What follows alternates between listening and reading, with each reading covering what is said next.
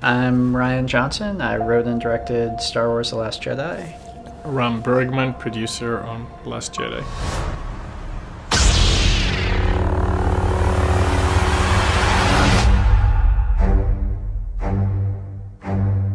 Is that even a question?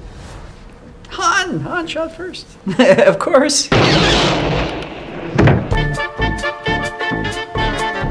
There were a lot of them.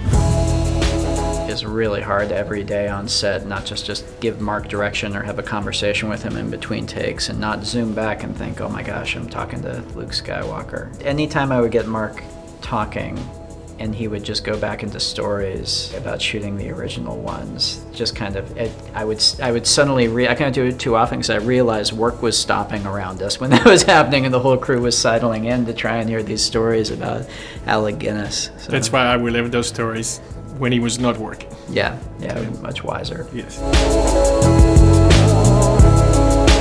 The last thing I expected to happen, period, was to be able to make this movie, but I guess the last thing I expected during the course of making The Last Jedi was, I guess I came into it knowing, oh, okay, it's Star Wars, this is going to be, I'm going to have all these experiences of being on the Falcon and working with Luke Skywalker and like all this Star Wars stuff, but I know that when I got to the end of it, the stuff that really I'm going to take with me and is landed the most is all the new experiences, the new actors I got to work with and all the crew and just the actual experience of making the movie as a movie. That's actually like the most powerful thing when I look back.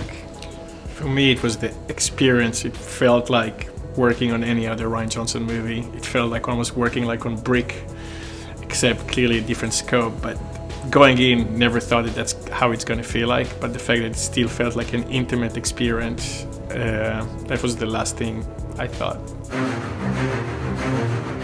Well, I mean, Kylo Ren is hard to beat in terms of being, and if you're talking about who the biggest, baddest villain is in the First Order.